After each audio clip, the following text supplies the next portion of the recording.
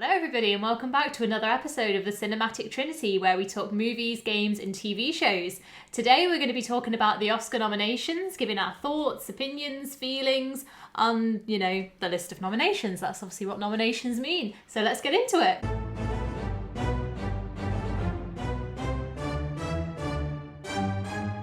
So I almost feel like compared to last Oscar season, we've actually done quite well at watching the movies that have been nominated. More prepared this year. Ain't fair. We haven't watched. There's a few notable ones. We haven't watched The Holdovers. No. And we haven't watched Poor Things. Yeah. They're like. But also they came out quite recently. They came out like this year. It's always like that with the Oscars. Sometimes it's like they're getting nominated for an Oscar, but they've only been out in the UK for like a couple of weeks. Yeah. It's like, I'm not, that into the Oscar films. I'm going to be like, right, I must see this Oscar nominated. We complained about the exact same thing last year because it was like the UK just gets absolutely like shafted with these things because it's like, oh, you want to watch the whale? Sorry, Delilah's under the table.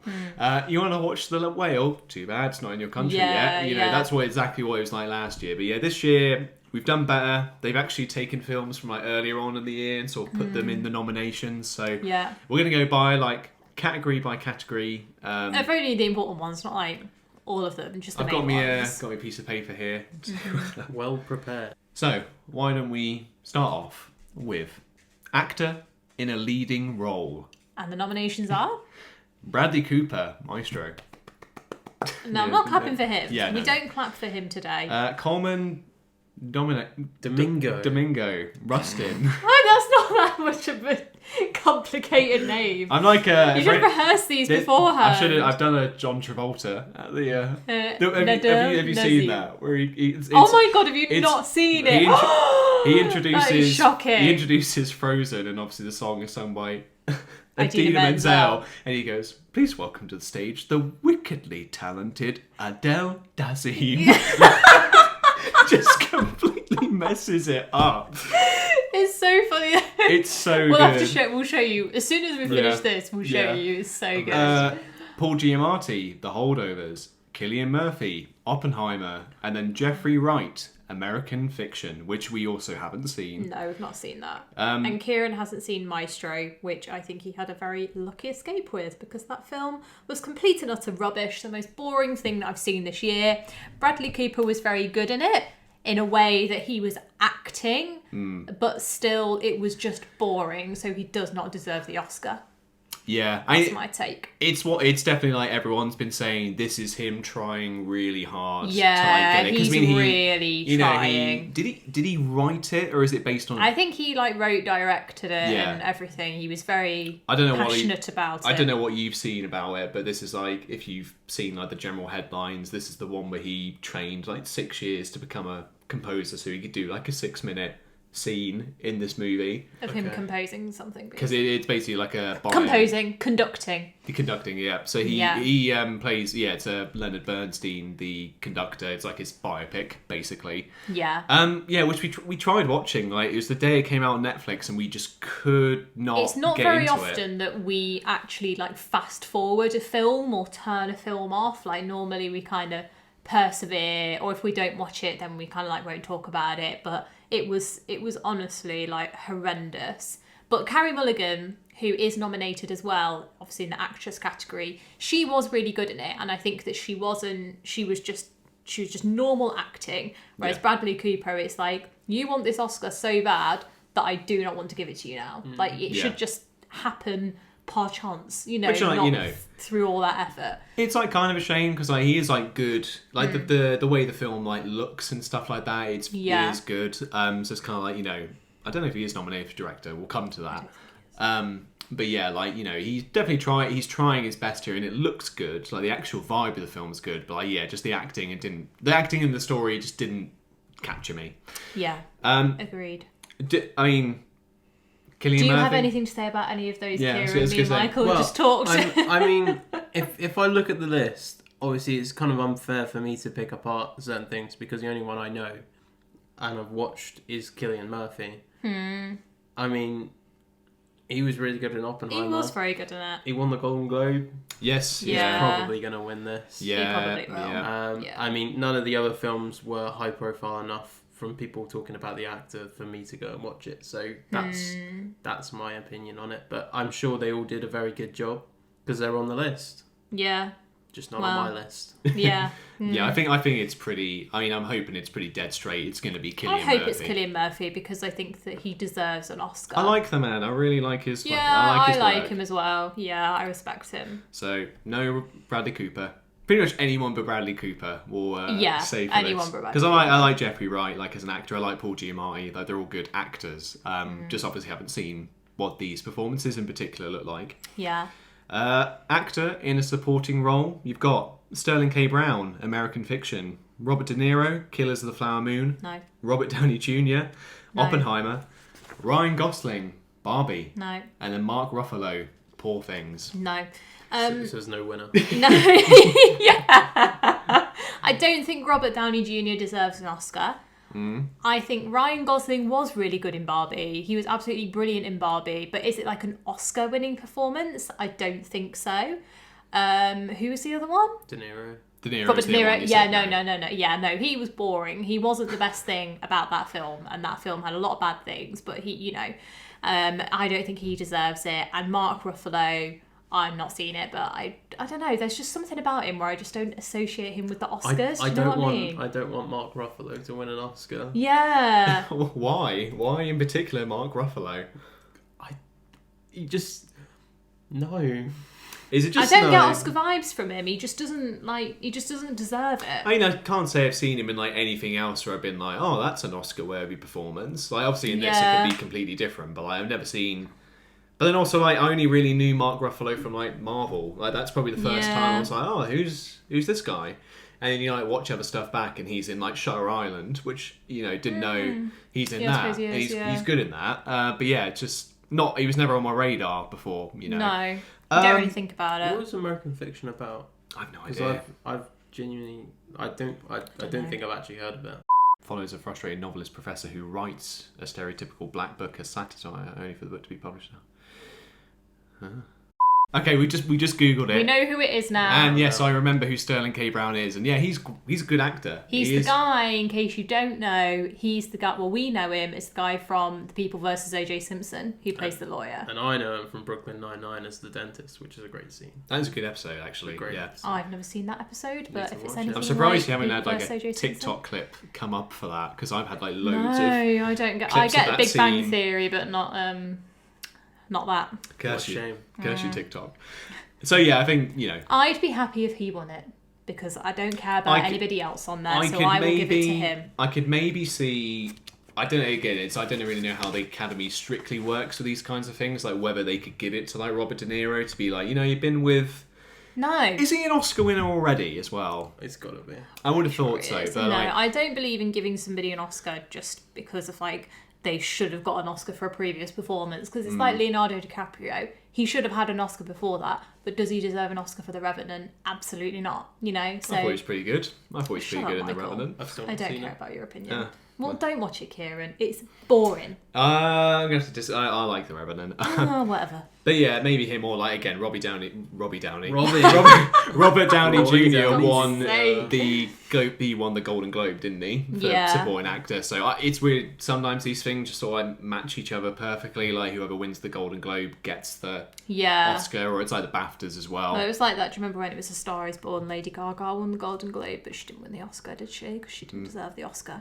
No. But yeah, I think we'll probably touch on Barbie as well. But like the whole film, in my opinion, not from an acting perspective, not Oscar worthy. So obviously there's been some controversy about Margot Robbie not getting a nomination.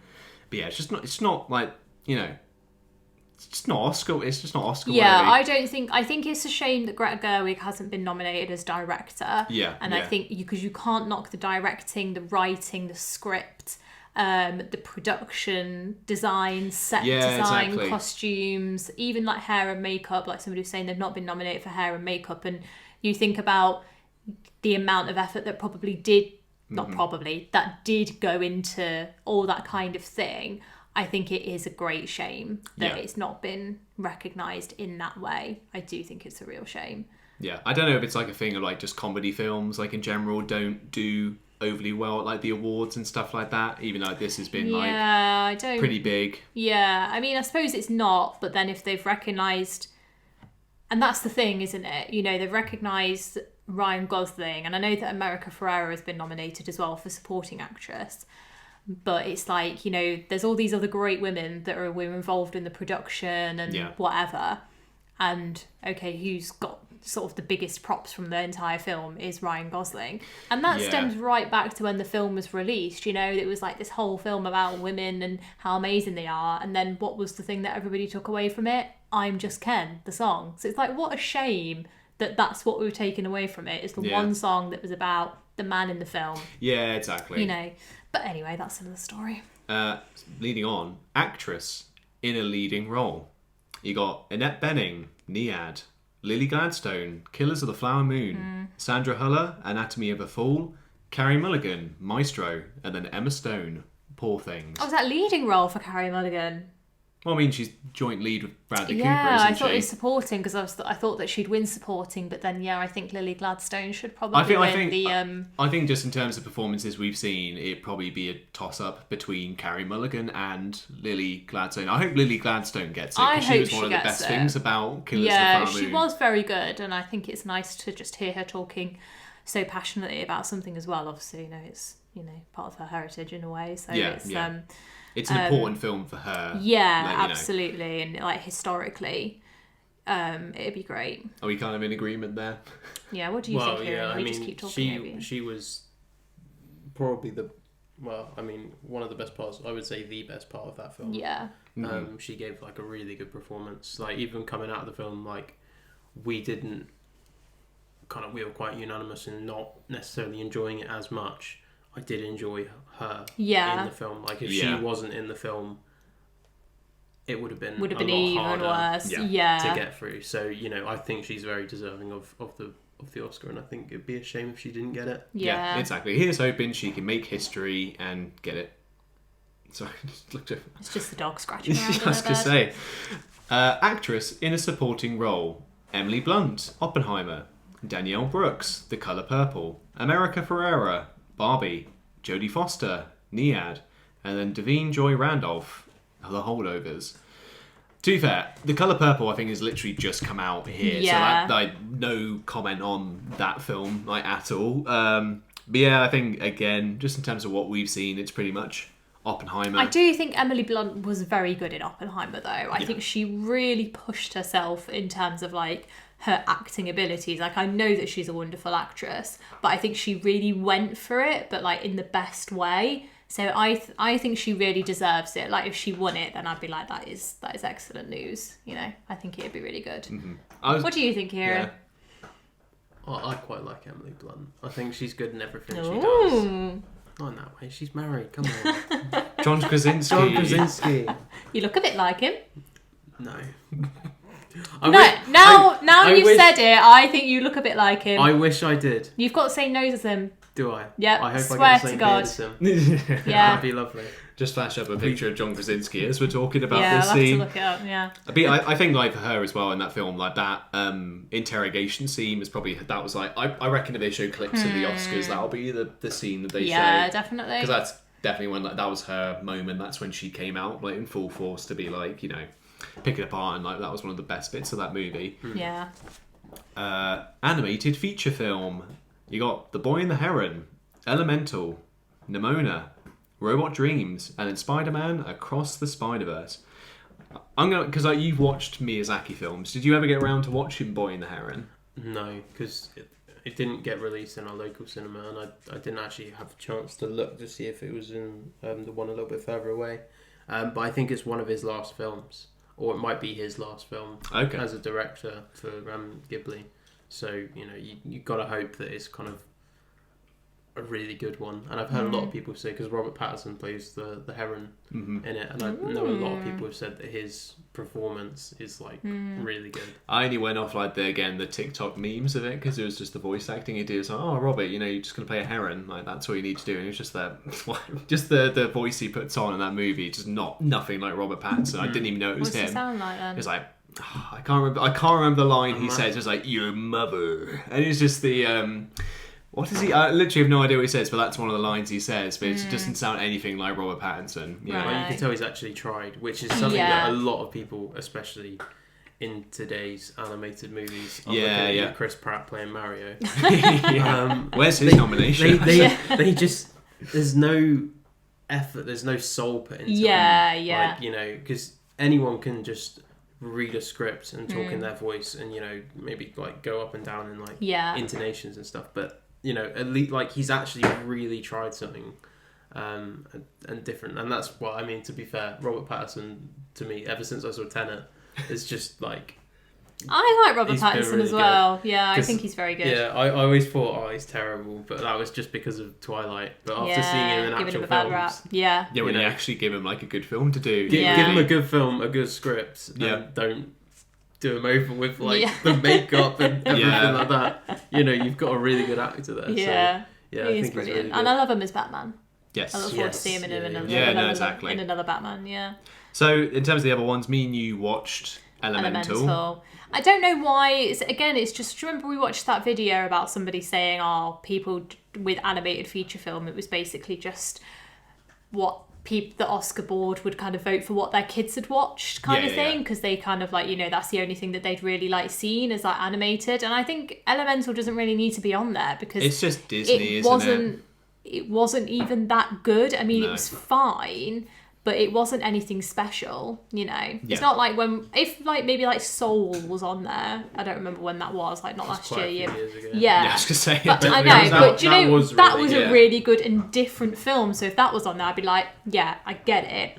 But for Elemental to be on there, it's just like, it's really not an Oscar-worthy film, is it? Nimona was like the Netflix one. We didn't get around to watching that, but that got quite good reviews at the time. Robot Dreams, I don't know what that one is. And then, Spider-Man Across the Spider-Verse, which I think Into the Spider-Verse won the Oscar that year. Yeah. So, I mean, obviously, and it is very good. Like it is, you know, and especially just like if there's a way to recognise the animators, and this is the best way to recognise those animators, then oh my god, it is just like next level. You know, the amount of like effort and skill that's gone into that, and I think it's good for it to be recognised. But then also you want like different things to be recognised all the time, don't you? So, and I don't really know the other things to compare, but yeah.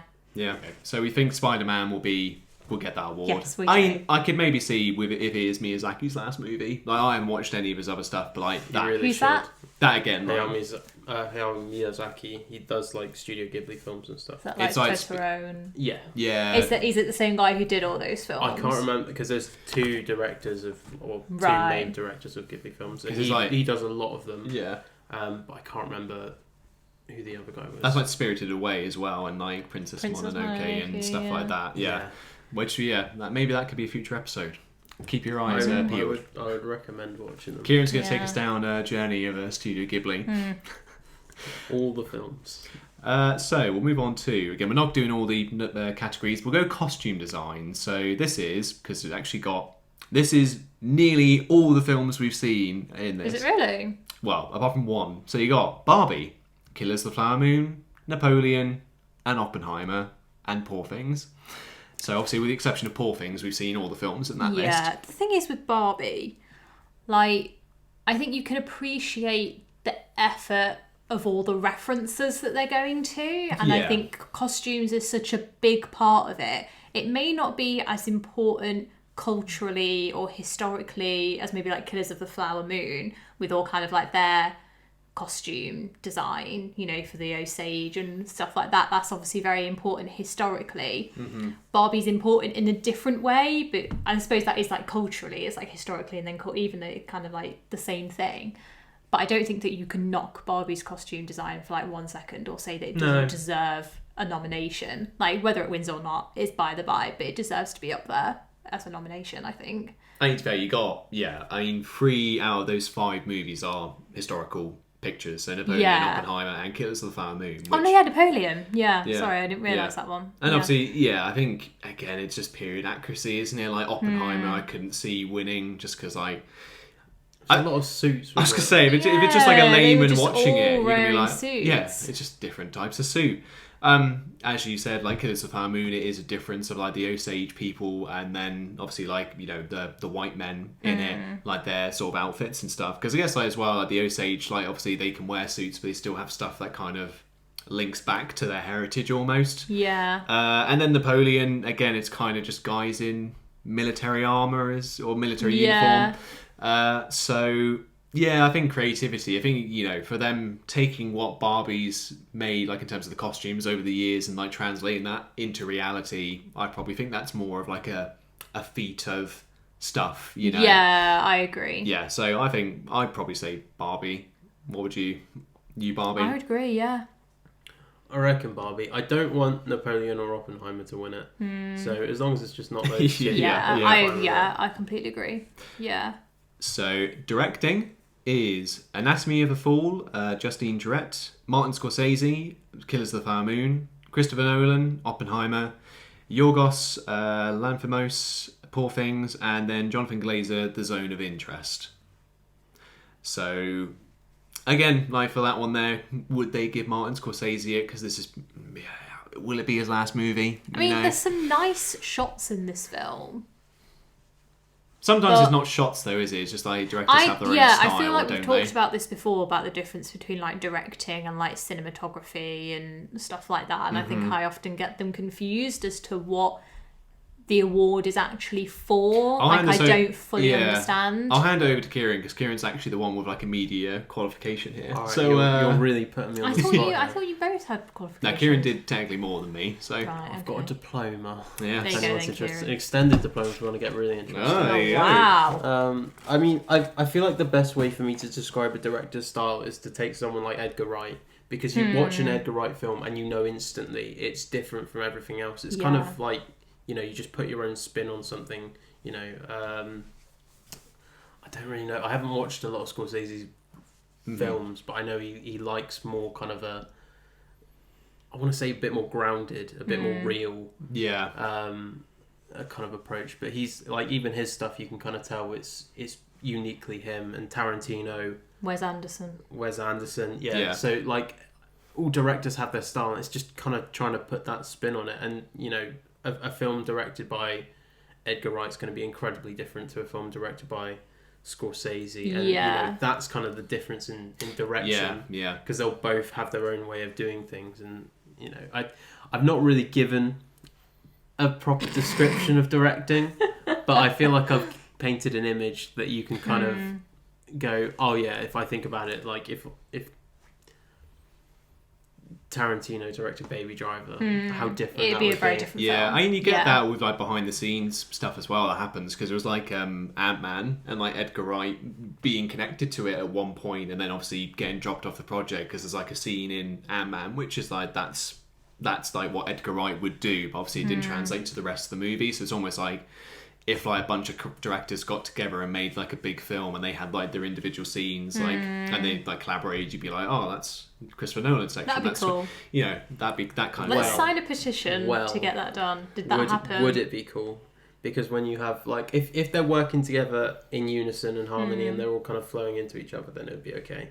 But when you have things where like directors get knocked off something and then they can bring someone else in. I don't mean like that. I mean like somebody writes a film, like where they have it on YouTube where they're doing like a long form what's it called, video retrospective, and they've got different chapters and each chapter is like animated by a different animator, like that kind of thing is what I mean. I thought you were going to say it's like on YouTube when they did the entire Shrek movie and they gave the individual scenes to different content creators and they just stitched it all together. They animate a different, it's the same thing really, but I don't mean like everybody has their input on one movie, like everybody gets a scene or a sequence and they put their own spin on it. I think like that'd the be ultimate cool. like collaboration. Yeah.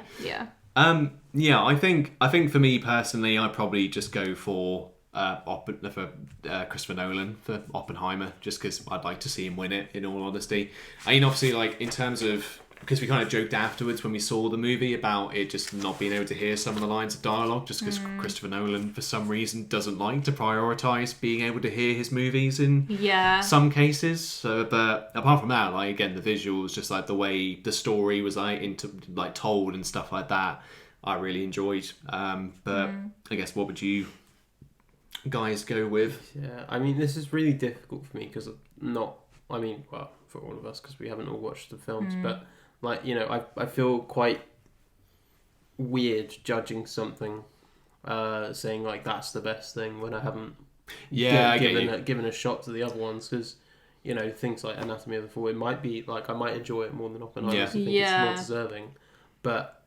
Oppenheimer's the only one on there that I think is deserving because it's the only one I've seen. Yeah, I get you. Yeah. So it's... Are we kind of surprised that Ridley Scott's not on there, like Napoleon? No. I guess I think like as a high-profile like director, like I guess it's never like a guarantee you'd be on there. Does he often get the Oscar nominations? I don't know. I don't know. It's probably just the thing Did he get one for Blade Runner? I would have thought so. What, the new one? I don't know. Not the new one. He didn't direct it. Did he not? No, I thought he did. That was the. I'm pretty sure. No, Dennis. It might have been the guy who did Dune. Actually, did Blade Runner 2049. I could be completely wrong. Fair enough. So, live action short film is our next one, but this is kind of unfair on Kieran. Yeah, Kieran we're hasn't only seen talking it. about this because the only one that we've seen on there is, what's it called, Michael? The Wonderful Story of Henry Sugar. Which, can I just say, if you've not seen it, it's Wes Anderson's Roald Dahl. Like, Roald Dahl's one of his short stories. It's basically his version, and Benedict Cumberbatch is in it, and it is fantastic. Did we make you watch it? No, I watched the one with the snake. Yeah, he did like a series of Poison. ones. He did a That's the one. series, but oh my god, it's absolutely lovely to watch. It is fascinating. So it's only like 40 minutes long. Obviously, it's in short film. So if you've got a spare 40 minutes and you just think, oh, I don't really know what to do, just watch it. Like, it's not going to like blow your mind or anything, but it's just a really, like, the way that it's all filmed and shot, and it's absolutely brilliant. Like, I think if it's you liked, really interesting. I think if you like the way that he handled like the Fantastic Mr. Fox adaptation, that was pretty good. But yeah, this just does really interesting stuff with like just like the rhythm of the story, like how the lines are delivered, and then like the sets and stuff are really good. It's fantastic. Like the transitions between stuff, because it's all like just seems like practical, like on a conveyor belt, like they'll transition from one location to the other, and it's just so good. And like Benedict Cumberbatch is good, and Ben Kingsley's good. All the cast are really fantastic in it. Like even those like the bit characters like Dev Patel and Richard Ayoade, like they're in it very briefly, but they're really, really good. Yeah. But yeah, They're go out and watch it if you haven't already. It's on Netflix. We will cap off here with Best Picture. Ooh, the big one. We've got American Fiction, Anatomy of a Fall, Barbie, The Holdovers, Killers of the Flower Moon, Maestro, Oppenheimer, Past Lives, Poor Things, and The Zone of Interest. There's a lot of films there, isn't there? Yeah, they do a lot more for Best Picture. Yeah, there's just so many films. It's like hard, and there's so many that we haven't seen. So really, this comes down for us then to Barbie, Killers of the Flower Moon, Maestro, and Oppenheimer is our short I mean, list. I'd have Barbie win if it was down to me, in all honesty. Because even though I liked Oppenheimer, I didn't love it. Mm-hmm.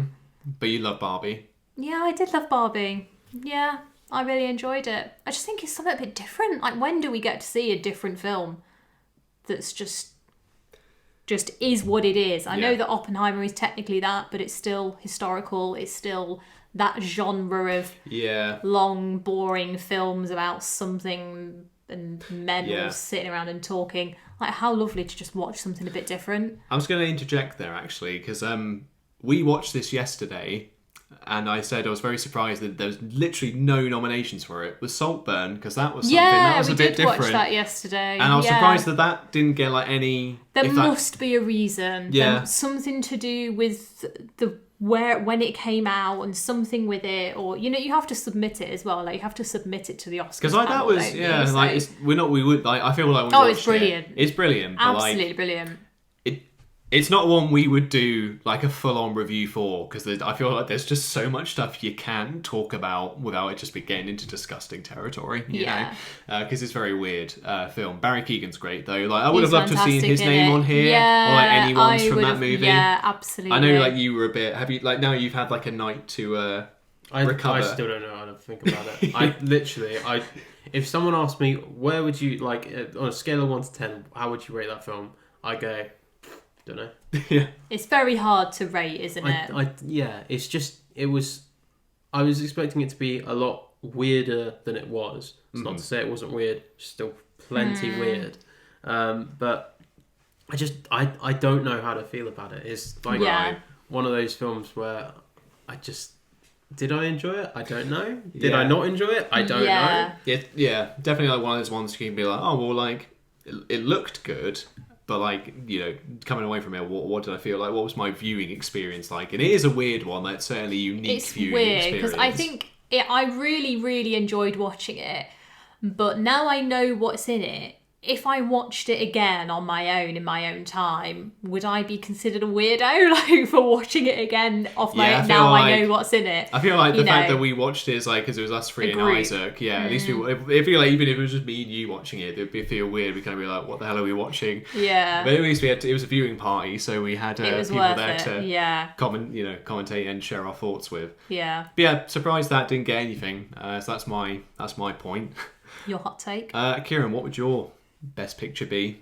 Again, it's the same situation where it's just like out of those films, out of those three. Well, I mean, Maestro. We've already kind of said. I'm just saying the same thing over and over again because it's just going to be Oppenheimer, isn't it?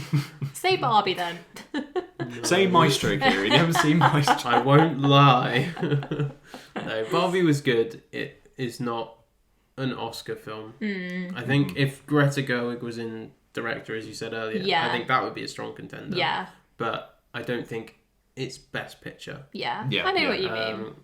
Plus, I mean, I would just say for Oppenheimer, like I would always go to the scene, which is the one where they're like just letting the bomb go off. That scene there, I very rarely have I had a time in cinema. So bored of you two talking about that stupid bomb going off. Goodness me. There's not many times where I've been in cinema and I've actually got goosebumps from a scene, and that one was in a teeny tiny screen. Not even screen. Like it was the smallest screen that we could possibly have seen it in. And that was the one we saw it, and we were sat quite close to it as well, like quite close to the front. Yeah. So for you to have had that impact from that experience. But yeah, if another film can give that same feeling, then you know that would be a contender for me. But that's my personal thoughts from the three I've watched this year. Well I'll done. do better next year. I'm sorry, listeners. I think that's it. Me, is it? I didn't give my opinion. Oh, come on. Hurry up and say Oppenheimer and talk about the bomb again. Come on, get it over with. It's got to be the holdovers. That's the one. This is where I drop it on you that I've actually seen all those movies in my spare time. And it's just I doubt it. Yeah, no, it's Oppenheimer, everybody. If you've seen our 2023 wrap-up, you know I liked Oppenheimer. Yawn. It's just going to make me hate it more. Because it like winds you up that I just don't really care about that film. Well, it's the same with Dark Souls and that lot. Like, I feel like me and Kieran are going to have to debate you one day on the Dark Souls games. It's just a running joke. Like, the more it winds you up, the more I'm going to do it. So you may as well just be like, yeah, whatever. No, and then I'll stop. Yeah, but there you go. That was our talk on the 2024. Who do you think you are, Michael, throwing that bit of paper? You brought up in a barn. Well, technically, he's built up on a farm. It's not far off. That's my that's your fact of me, your fact of mine for the day. Yeah, your extensive Michael laws coming up. My origin story.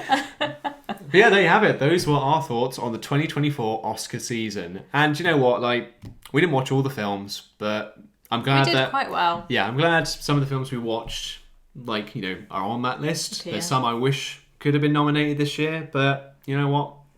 That's the thing. You're never going to watch them all just because, like, okay, unless we like went to America to be like, we're going to watch, you know, whatever. We're going to watch American fiction in America when it comes out. It's going to miss out on stuff. That's the unfortunate thing. Was Puss in Boots included in last year's Oscars? Yeah, it's an animated film, Yeah. yeah. Right. Because again, it came out in America before we got it. Curses. So, I think we still voted for it because we did a video on it. Yeah. So, I think we managed to catch it, didn't we? Yeah, exactly. But who knows what 2025's Oscars are going to bring. Hopefully there's some good contenders next year, but we'll have to wait and see. But for the meantime, that's been this episode of the Cinematic Trinity. I've already forgotten what we were talking about next week. I feel like we had something scheduled. Well, it was supposed to be The Last of Us, but I don't think it is going to be The Last of Us. No. I guess it doesn't matter. Whatever it is, you've got to listen to it anyway. So come back next week for more of the Cinematic Trinity. And in the meantime, I've been Michael. I've been Kieran. And I've been Tulip.